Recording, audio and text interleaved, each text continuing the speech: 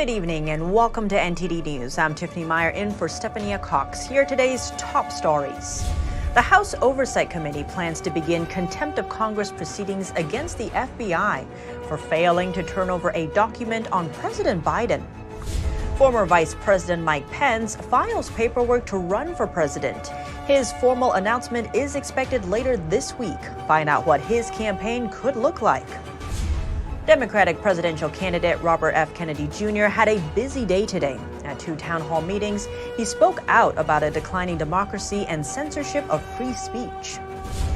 The White House issues a stern warning about a Chinese warship, and lawmakers condemn Beijing's suppression of freedom on the Tiananmen Square massacre anniversary. And Apple shows off new products at its developers conference. Artists are excited over the company's new virtual headset, but find out why some are protesting.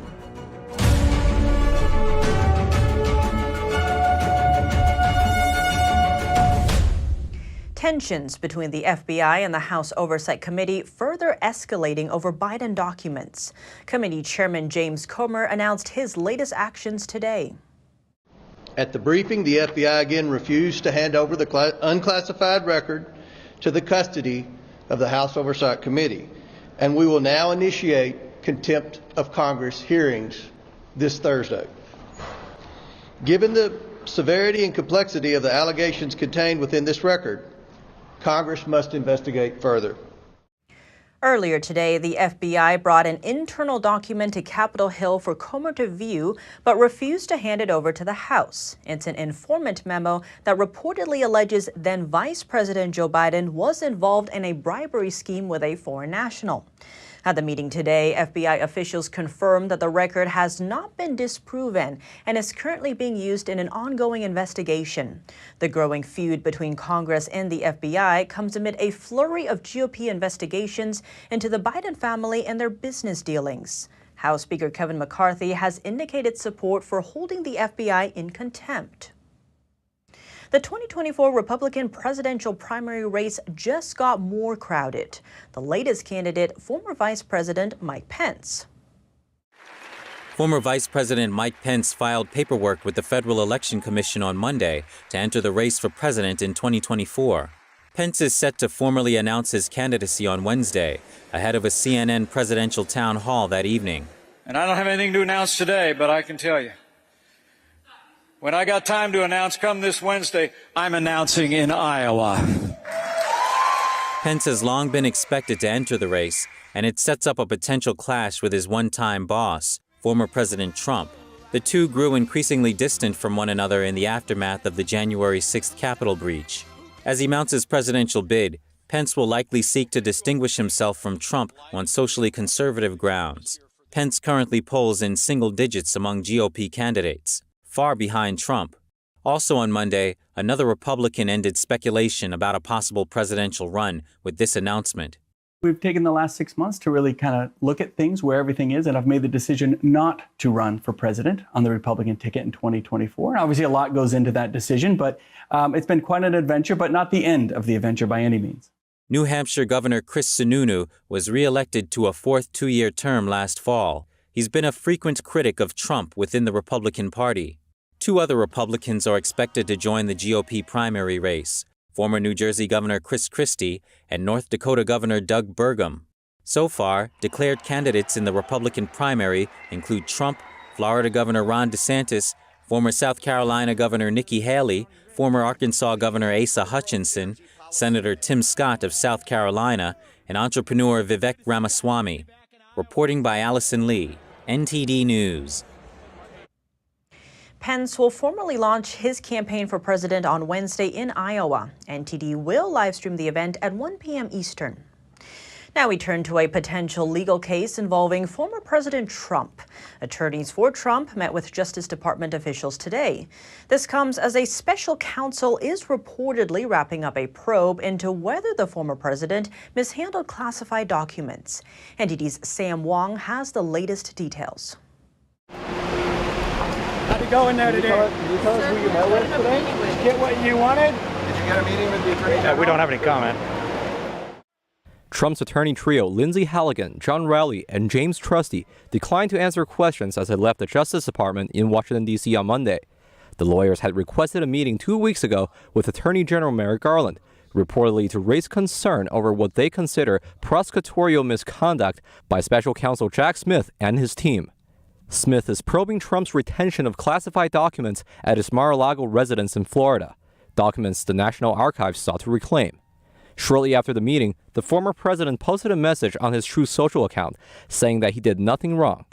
Lawyers typically meet with Justice Department officials before an indictment is issued to attempt to convince prosecutors not to bring criminal charges. Sources say the meeting did not include Garland or Deputy Attorney General Lisa Monaco. Worth noting, Trump is the first U.S. president to face criminal charges. The former president pleaded not guilty back in April to 34 felony counts brought by a Manhattan grand jury, which accused him of falsifying business records related to a hush money payment to adult film actress Stormy Daniels. As a Republican frontrunner in the presidential race, Trump often described himself as the victim of a politically motivated witch hunt. But as of now, what this meeting means for Trump remains unclear. Sam Wang, NTD News. Turning to the Democrats' side, presidential candidate Robert F. Kennedy Jr. has taken a strong stance on censorship. Today, he sat down with Elon Musk and explained why. NTD's Arlene Richards has more. Presidential candidate Robert F. Kennedy spoke at 2 public forums today. In a Twitter Spaces talk with Elon Musk, he thanked Musk for recognizing how important free speech is to Americans. He said Americans want the right to have conversations and debate rather than totalitarianism. He has vowed to stop censorship in social media. If I'm elected, I'm going to call the heads of all of the social media companies into the Oval Office and have a conference and not walk out until we have figured out how to make this work and make it consistent with democracy.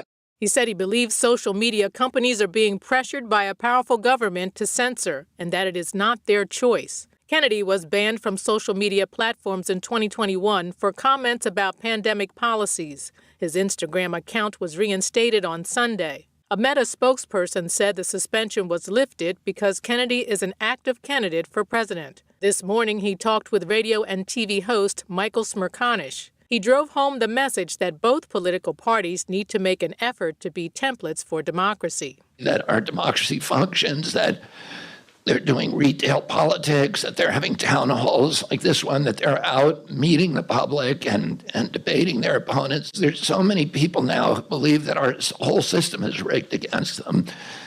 And there are many, many Americans who believe that the election system is rigged. He acknowledged the polarization in the country and said it stems from the media and a distrust of the government. I've watched the trustworthiness of government decline steadily since I was a kid. And even, when my uncle was assassinated, 80% of the people trusted the government. He said it's about 22% now, and that's because of a number of things, including what he calls lies about the Vietnam War. He also spoke to Musk about policies in the Biden administration that he disagrees with, including the Ukraine war, China relations, and the border. Arlene Richards, NTD News. 34 years after the Tiananmen Square massacre in Beijing, a bipartisan group of lawmakers is drawing attention to the ongoing fight for freedom in China today. Joining us now live from Capitol Hill is NTD's Iris Tao. Iris, tell us more about it. Good evening, Tiff. So today marks the 34th anniversary of when this picture of the Tank Man was taken, which is one day after the Tiananmen Square massacre in Beijing took place on June 4th, 1989. And on that day, the Chinese military opened fire and killed hundreds, if not thousands, of student pro-democracy protesters. And here we are 34 years later in the U.S. Capitol, a group of bipartisan lawmakers, including House Speaker Kevin McCarthy and the chair and the ranking member of the House Select Committee on China, all coming together to voice support for the ongoing fight for freedom still happening in China today. Watch. Unlike other democracy wall posters, Wei actually signed his name. And for speaking his mind, he spent 16 years in Chinese prisons, 16 years. He has been called the Nelson Mandela of China, and for his activism, he has received too many human rights awards to count. But I think perhaps the title that best sums him up is simply the longest-running thorn in the Chinese Communist Party's side. Do you stand with that man who stood up to power, or do you stand with that tank and the brutal Chinese Communist Party, which sought to quash freedom? Many, like you two and others, stood with that man. And so many Chinese people were exiled or worse for standing with that man.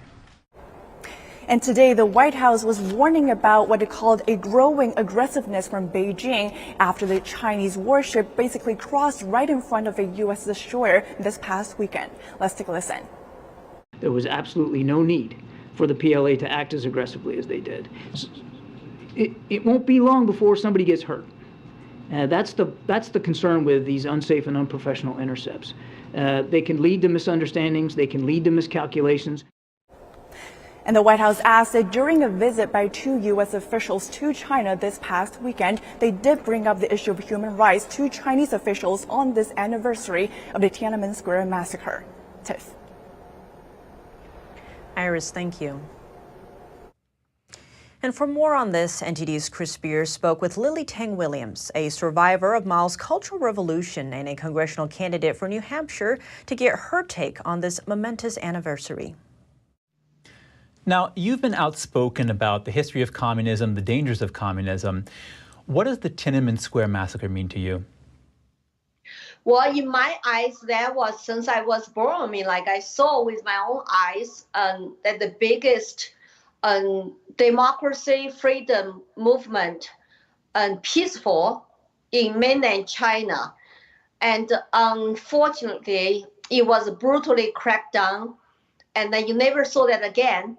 But I saw bigger, even bigger, protests in Hong Kong in 2019. I was very excited about that. And then, of course, student leaders were arrested and China took over Hong Kong. So I think that we should never forget the people who protest in Tiananmen Square who died. And I know their case was not overturned. You cannot even Google in China internet to say June 4th Tiananmen Square massacre. So they want to cover this up and censor the information. Very sad the mothers who trying to get their kids' name corrected and waiting for justice. Lots of them had already passed away. But Hong Kong is the one remind us, if you cannot even light up a candle on June 4th evening now to have a memorial, that's a reminder to the whole freedom-loving people in the world. Once the communists took over, then you're not going to have the freedom even to light up a candle. Hong Kong is a reminder. But I think the Hong Kong students, people still did that and risk to be arrested. And we know that in Hong Kong just recently, the police there arrested one woman and detained 23 others.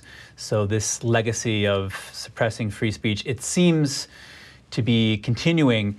What do you think this says about how the CCP views the massacre?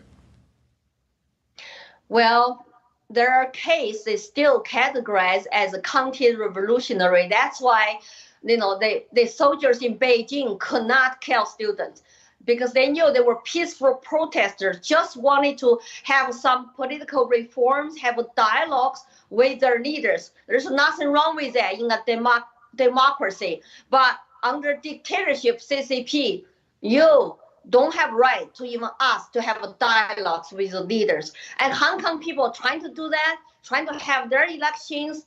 And when they lost to the China's national security law, and they have no future either. That's why 100,000, Hong Kong youngsters who left Hong Kong.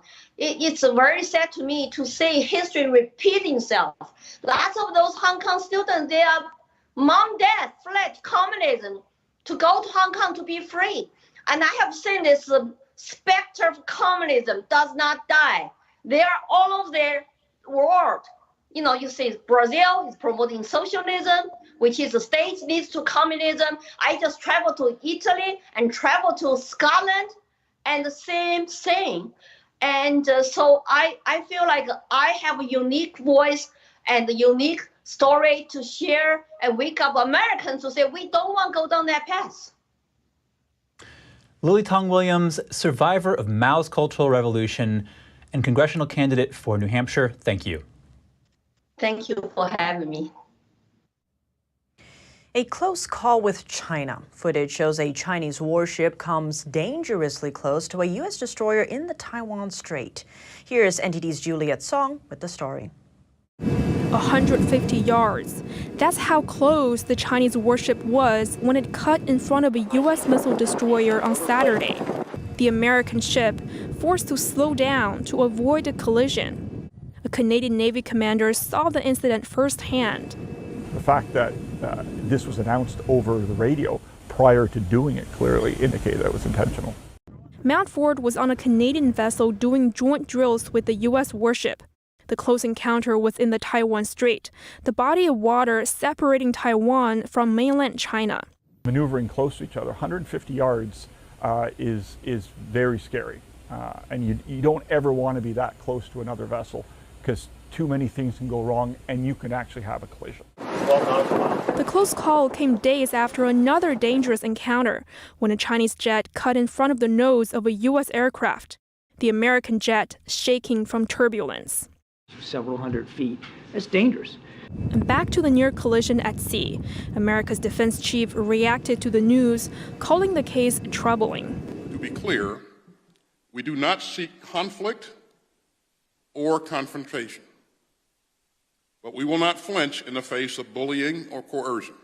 But Beijing is hitting back, saying the U.S. should, quote, reflect deeply and correct its wrongdoing. Close encounters can become deadly. It's close. I agree. Go close. Very, very close. Oh, yeah. In 2001, a Chinese fighter jet collided with a U.S. spy plane, forcing it to land on China's Hainan Island. The Chinese fighter pilot died in the incident. The Chinese warship provocation comes as a senior U.S. State Department official is in China. Assistant Secretary of State for East Asian and Pacific Affairs Daniel Crittenbrink landed in Beijing Sunday, June 4th. As for what message the timing of this visit sends, we hear from Steve Yates, former Deputy National Security Advisor at the White House, for more. Steve Yates, thank you so much for joining us. Great to have you back on the show. Thank you so much. So a senior U.S. official, Daniel Crittenbrink, is in Beijing. He landed Sunday, which was June 4th. It was actually the 34th anniversary of the Tiananmen Square massacre. What does the timing of this visit, what kind of message does this send? Well, I can't imagine it came as a surprise to someone who's supposedly familiar with Asia that June 4th is a sensitive anniversary. So we have to assume that somewhere in the White House and State Department planning process, they knew that they would be arriving on this date. And you would think that with them knowing it, they would want to convey some kind of a message. But if they intended to, that definitely didn't get out. So it leaves the impression of them somewhat normalizing the day, making it routine business to engage with the party that was responsible for a massacre that the whole world saw and that China has tried to erase from the memory of the Chinese people ever since. Seems to be at least a bumbled move. At worst, it shows that the pathology of engagement has kind of taken hold and that this desire to de-risk is really about making concessions to try to bring China back to the talks. And this does come after Secretary of State Blinken's kind of watered-down speech marking the occasion, which did get some grumblings online.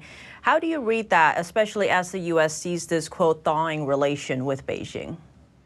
Well, it comes from a group of people who campaigned loudly about how allies had not been respected and democracy was not being sufficiently promoted around the world.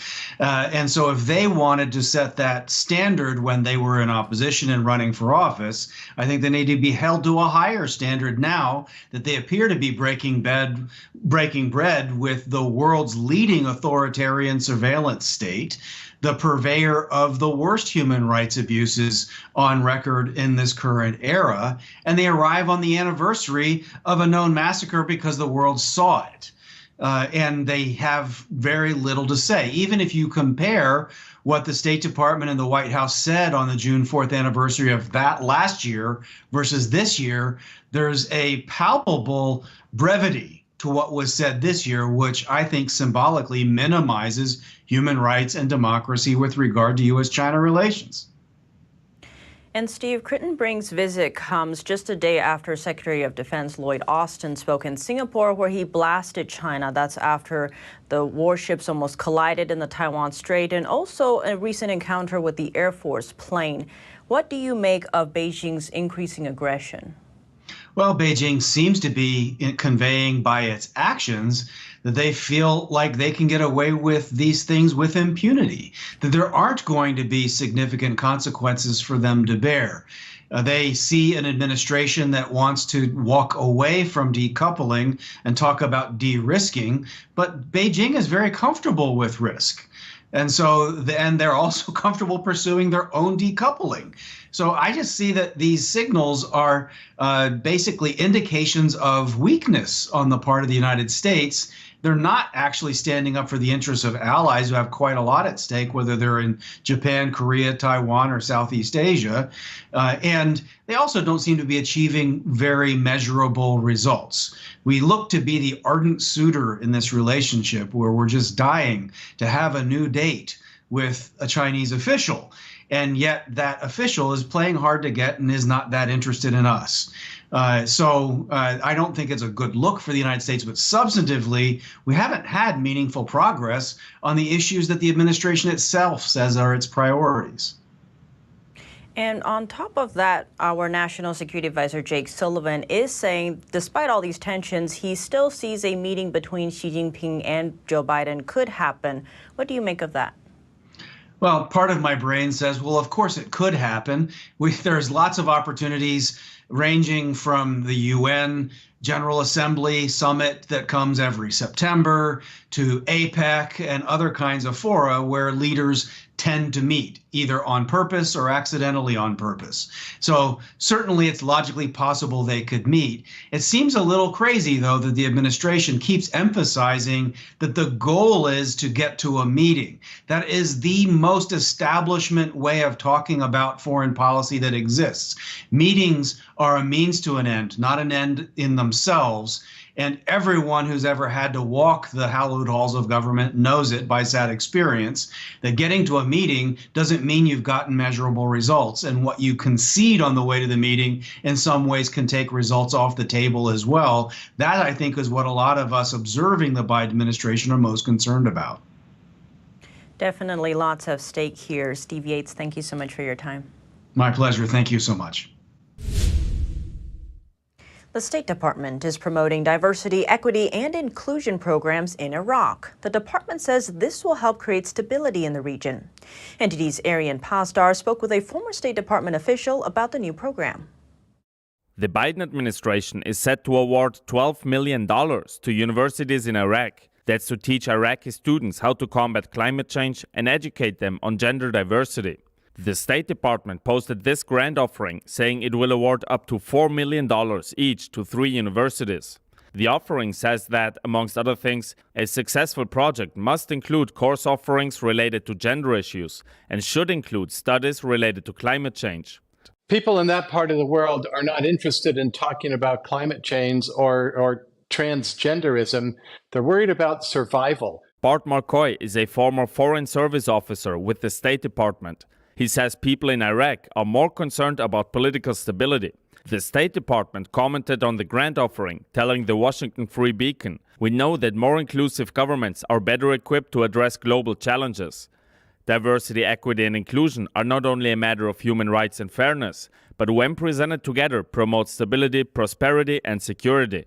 As a former State Department official yourself, do you think this will help creating stability in the region? No. Nothing will create more instability than this kind of outreach. These are the kinds of things that get U.S. embassies and facilities attacked in various parts of the world. This is not the first time the U.S. tries to implement liberal ideas around the world. A 2021 government report found that the U.S. spent almost $800 million for programs specifically and primarily to support Afghan women and girls from 2002 to 2020. The report found some programs were designed based on assumptions that proved to be ill-suited to the Afghan context and the challenges that women and girls faced. Do you think that investment paid off, or are we kind of repeating a mistake here by making a similar investment in Iraq now? That investment paid off hugely for the Taliban and for Iran and for all the enemies of America. He added that this funding might have contributed to the chaotic Afghanistan pullout in 2021. Arian Pastar, NTD News. Coming up over the weekend, a plane took a wrong turn and was later chased down by F-16 fighter jets.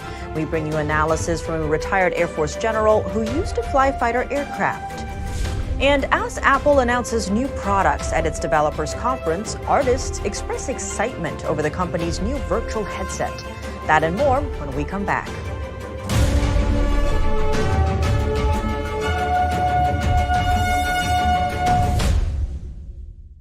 Non-attorney spokesperson. This is a paid advertisement for legal services sponsored by Nightline Legal. Cases assigned on a random basis to participating law firms. If you or a loved one were exposed to paraquats and later diagnosed with Parkinson's disease, call right now. You may be entitled to financial compensation. Paraquats, a highly toxic commercial herbicide, has been linked to a significant increased risk in developing Parkinson's disease. Call now to find out if you qualify. Don't be a victim. Get the help you deserve. There are time deadlines to file a claim, so don't wait. Call right now. Call 1-800-579-4552.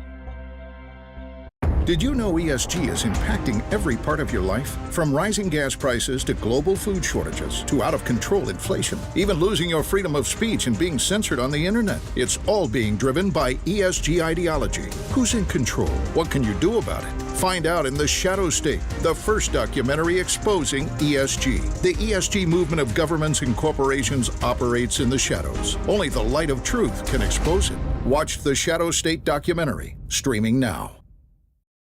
You're still looking good. I'm still feeling good. You know, I've got all your MyPillow products. Mattress topper, bed sheets, MyPillows, towels, slippers, blankets, sleepwear, dog bed. Whoa, Charles. Everyone now can get MyPillow products at huge discounts at MyPillow.com. That's right. Now's the time to go to MyPillow.com or call the number on your screen. Use your promo code to take advantage of our 3-in-1 sale. We're bringing you exciting new products, overstock specials, and closeout deals you won't find anywhere else. For example, when you buy one of our brand new MyPillow 2.0s, you get another one absolutely free. And with our overstock sale, you save 50% on our luxurious Giza Dream bed sheets. That's as low as $29.99 for the best sheets ever. And with our biggest closeout special, you get our all-season slippers for only $35. Or our sandals and slides for just $25. Quantities are limited, and once they're gone, they're gone. The homeless problem is getting worse, it's not getting better. Crime is getting worse, it's not getting better. Regulations are getting worse, it's not getting better. People are bailing on California in record numbers. More than half of Californians are considering moving. It might be harder to find a U-Haul than to find your next home. The exodus of people moving out of California is not new. No sane person would want to leave California if they could make it here. For the first time ever, people are leaving. In 2020, California lost 650,000 people. Several high-profile companies have moved their headquarters. This place is going to sink. Watch, they already have high taxes. Our problems are man-made. All you have to do is pay attention. It's the money that's doing the talking, the California legislature. It can't go on forever like this. There's a lot of people that you would be surprised by their stories.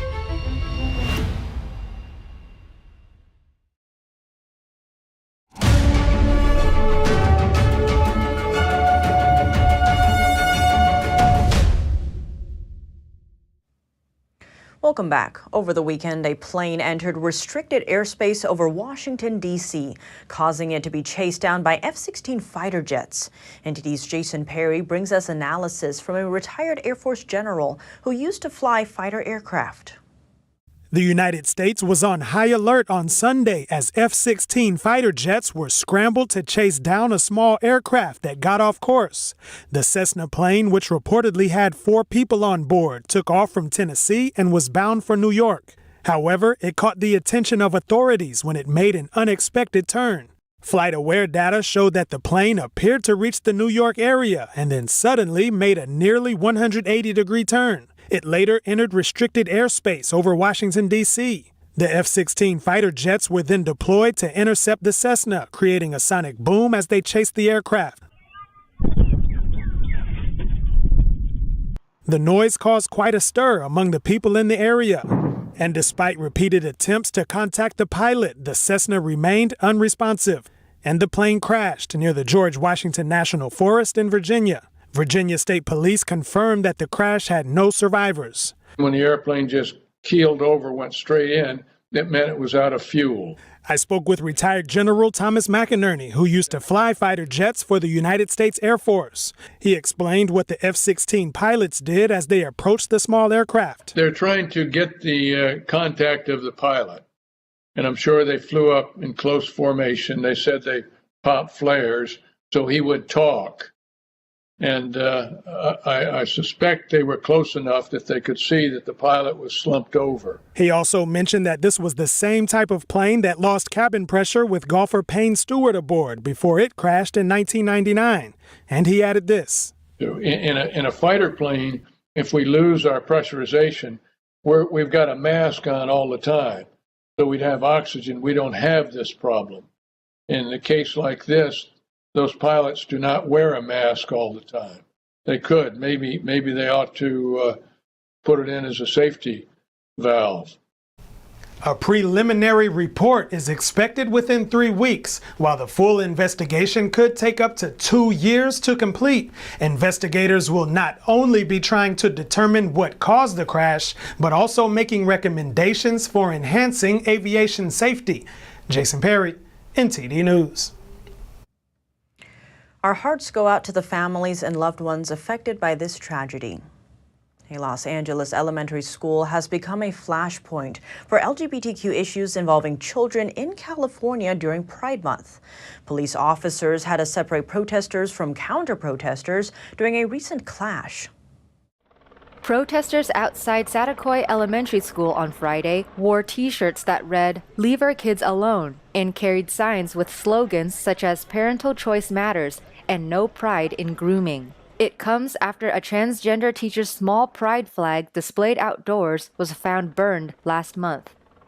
These people want to force us back in the closet. They want to impose that every, child should be heterosexual, that the only correct relationships are straight ones, when there are wonderful, beautiful families that attend this very school that are queer, that are happy and wonderful, and they would like to tear those families apart. And quite frankly, I'm not here for that. And I got to say, if you're going to bully these kids, not on my watch. I am not going to sit here and just stand for it and do nothing about it.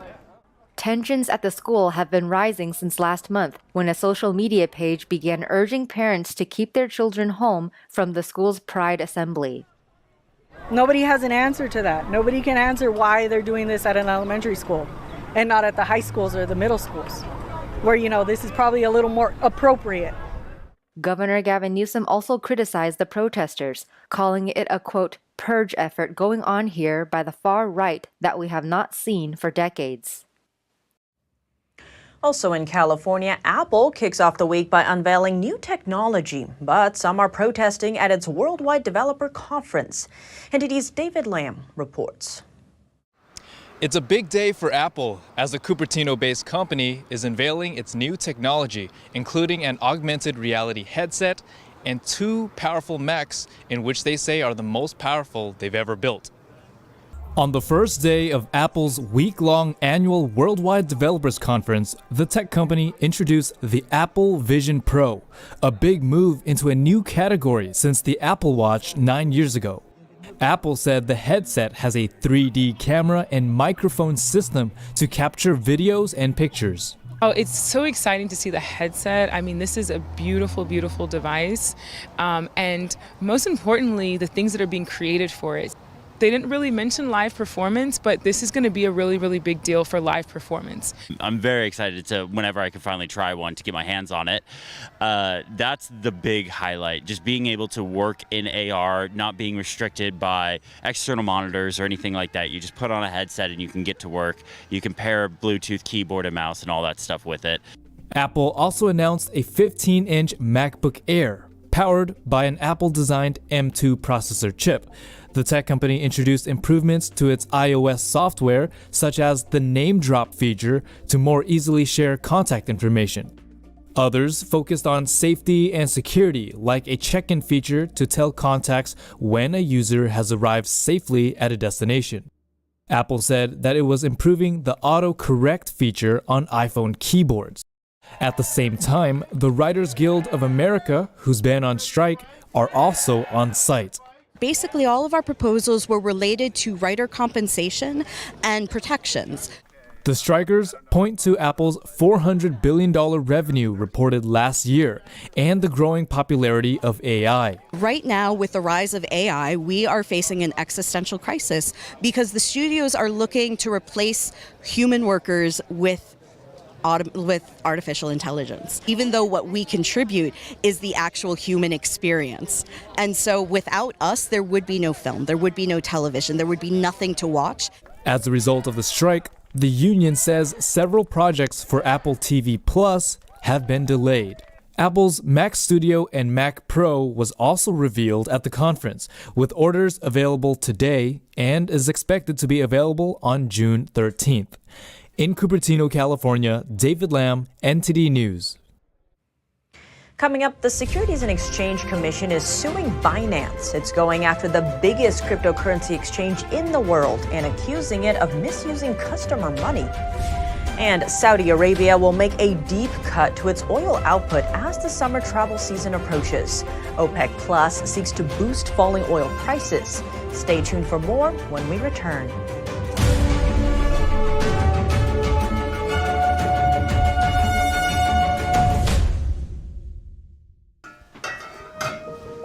Hey, I told you enough of that. But look, this is different. It's Ganjin World.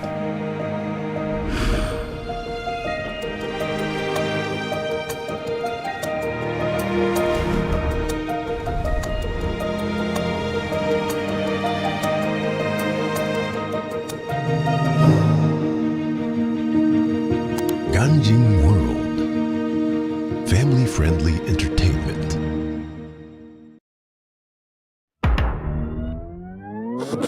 Tired of scrolling Netflix? Trying to find something that's worth watching? Want to skip the censorship in mainstream media? Well, now you can with Epic TV. New exclusive content every day with over 100 never-before-seen movies, films, and documentaries. Available and streaming now at your fingertips. For a limited time now, you can get 60% off Epic TV by subscribing or upgrading to a yearly plan.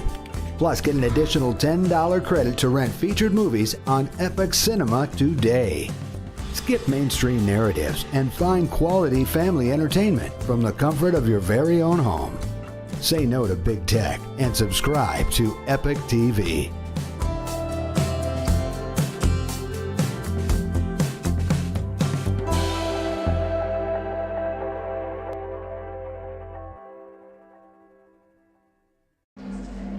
Life doesn't always give you time to change the outcome. Prediabetes does.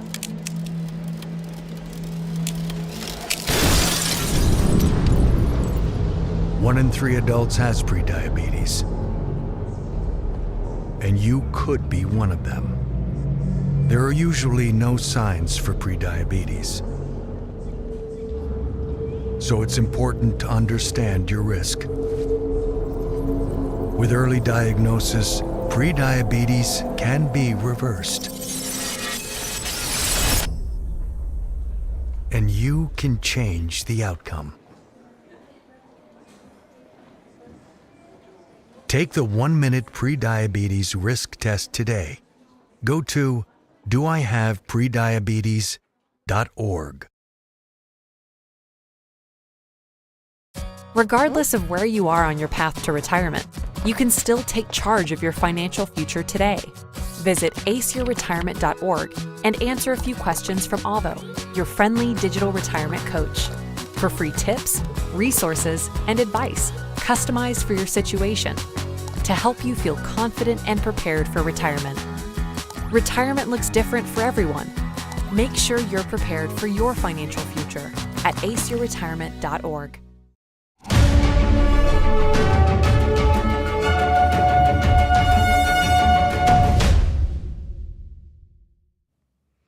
Welcome back. The Securities and Exchange Commission is suing Binance, the biggest cryptocurrency exchange in the world.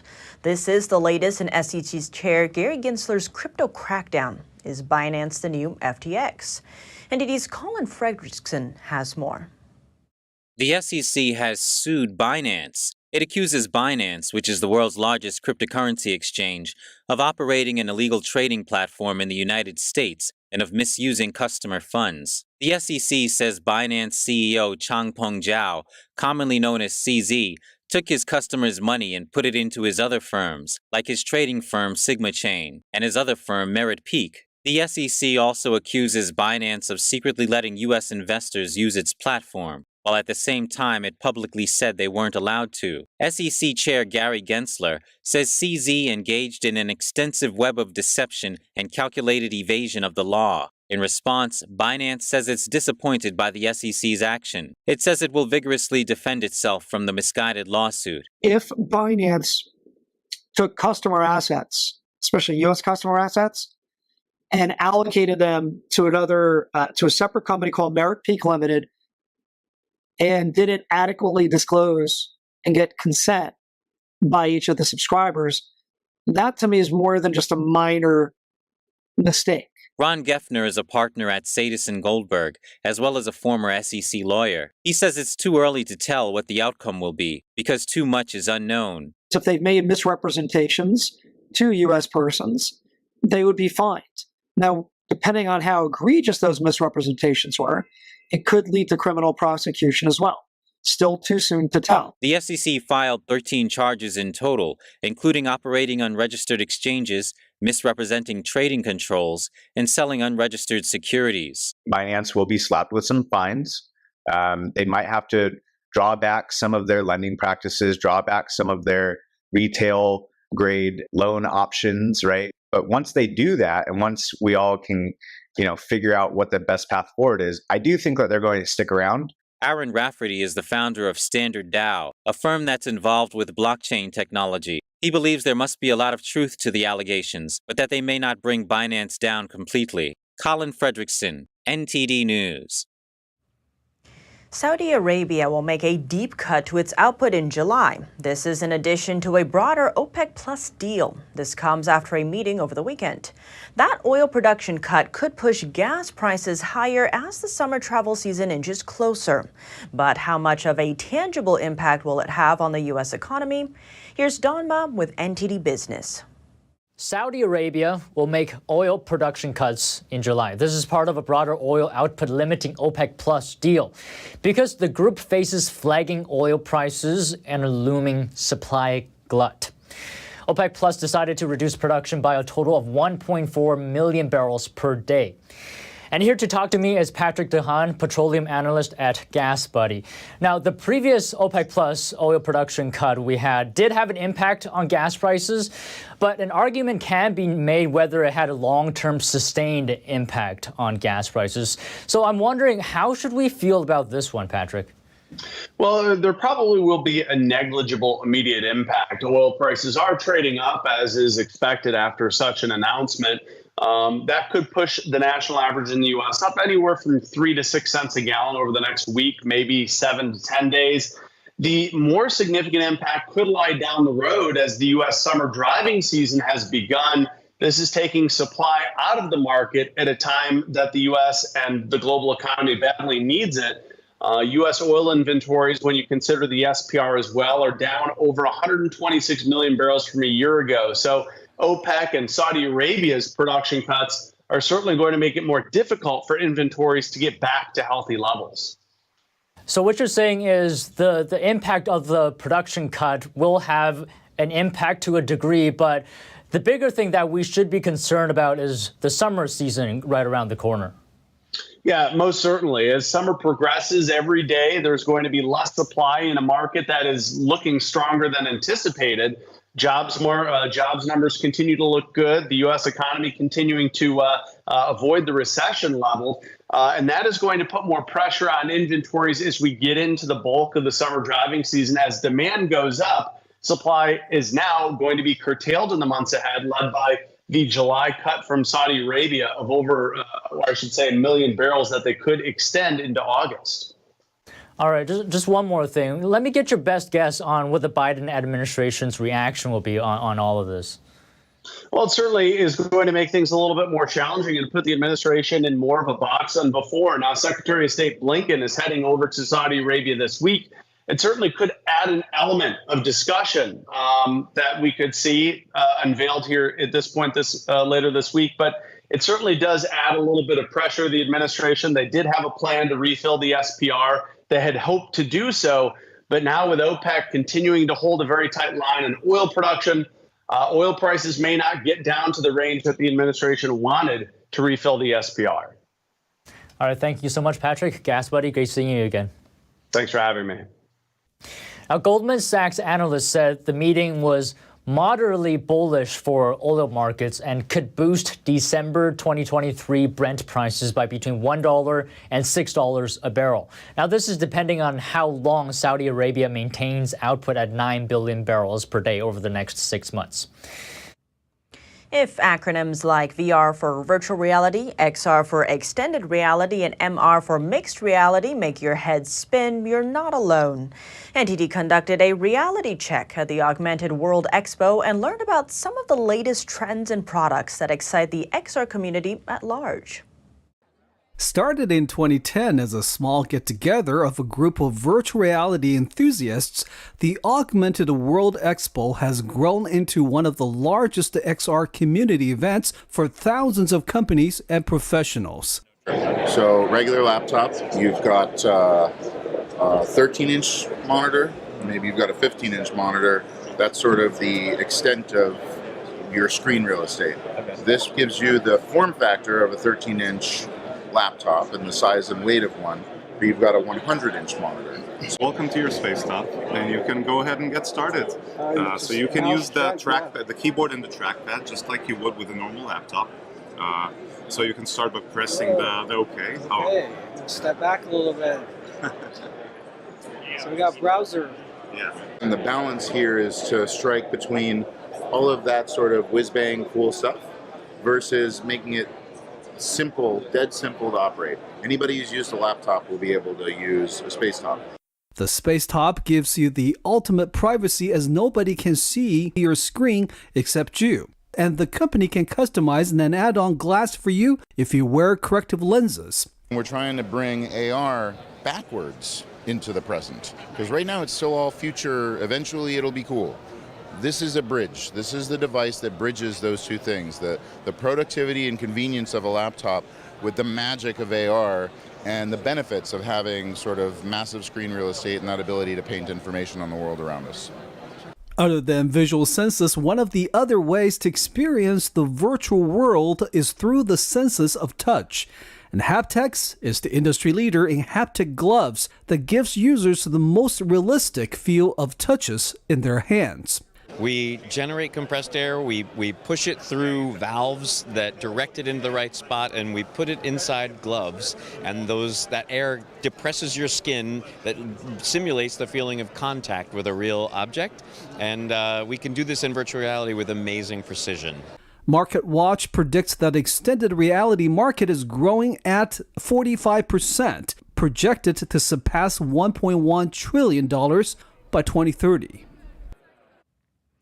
Coming up in golf news, a sophomore from Stanford makes her pro debut and turns heads with a performance not seen in more than 70 years. Find out more after the break.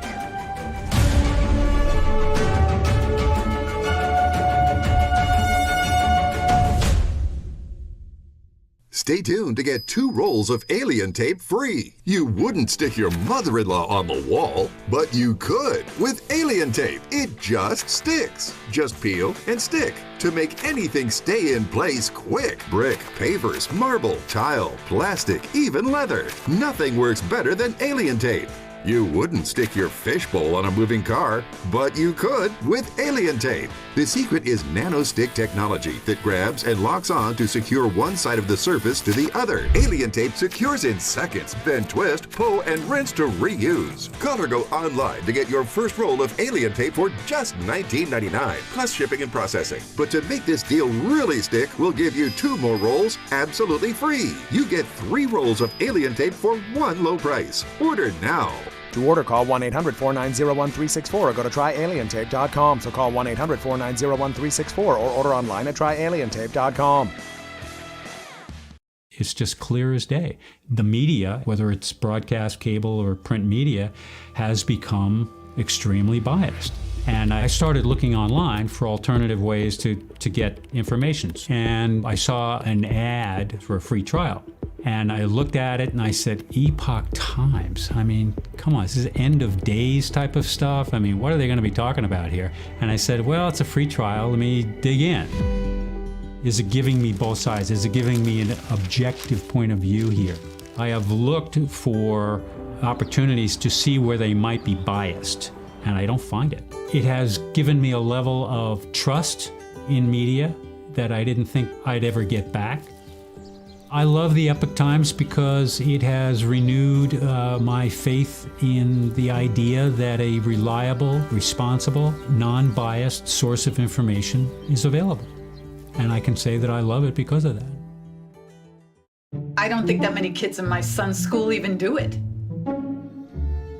He makes fun of his friend who vapes. He would never try it.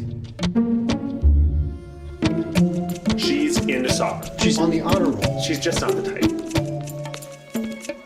No way. No way. No way. No way, my kid would never vape. Get your head out of the cloud. Today, nearly 8,000 kids will start vaping. Maybe even yours. Learn about the dangers at talkaboutvaping.org.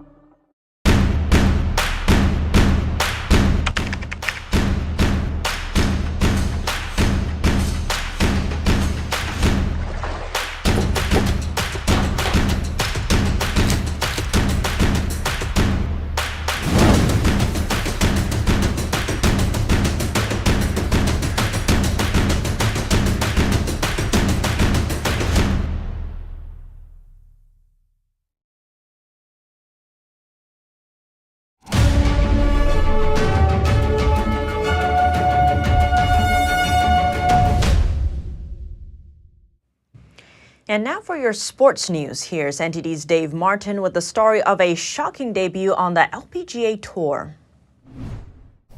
That's right, Tiff. 20-year-old golfer Rose Zhang, who just 2 weeks ago captured her second straight NCAA title, won her LPGA debut at the Misused Americas Open for the weekend.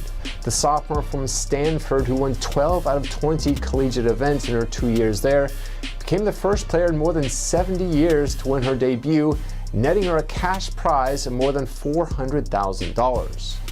The events of the whirlwind weekend seemed to surprise Zhang, who said, quote, "I honestly didn't even expect to make the cut. And the reason why I say this is because I don't think about my expectations a lot. I think about playing the golf course. I think about trying to shoot the best score that I can." Zhang, who's a communications major, told NBC's Today Show that her immediate plans are to return to Stanford for finals week and then to move out of her dorm. And in tennis news, at the French Open, American Coco Gauff won in straight sets today to advance to a third straight quarterfinals appearance. The win actually sets up a rematch with reigning champion Iga Swiatek, who beat Gauff in last year's finals. Meanwhile, on the men's side, both 22-time Grand Slam champion Novak Djokovic and #1 ranked Carlos Alcaraz won Sunday to advance to the quarterfinals. Now, with Rafael Nadal absent due to an injured hip, the two are the favorites to win, and both are just a win away from a much-anticipated matchup in the semifinals. And for your sports viewing schedule tonight, no NBA games, but in the NHL, Game 2 of the Stanley Cup Finals takes place in Las Vegas. The Golden Knights lead the series 1-0 after winning the opener 5-2 on Saturday over Florida. And finally, for you baseball fans, 7 games are on for tonight, featuring the hottest team in the league, the Texas Rangers, who've won now 24 of their last 33 games dating back to April. They host Adam Wainwright and the St. Louis Cardinals. And that's it for your sports news today. Tiff, back to you. If you have any news tips or feedback for the show, you can email us at eveningnews@ntd.com. And that's all from us for today's news. Thanks for tuning in. I'm Tiffany Meyer. Good night.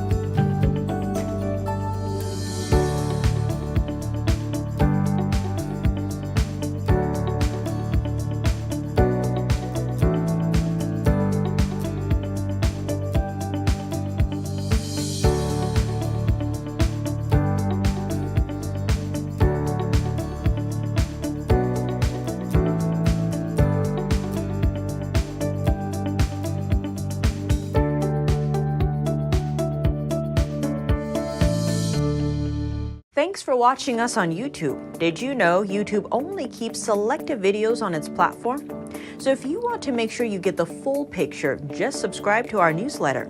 Go to newsletter.ntd.com and sign up. It's free.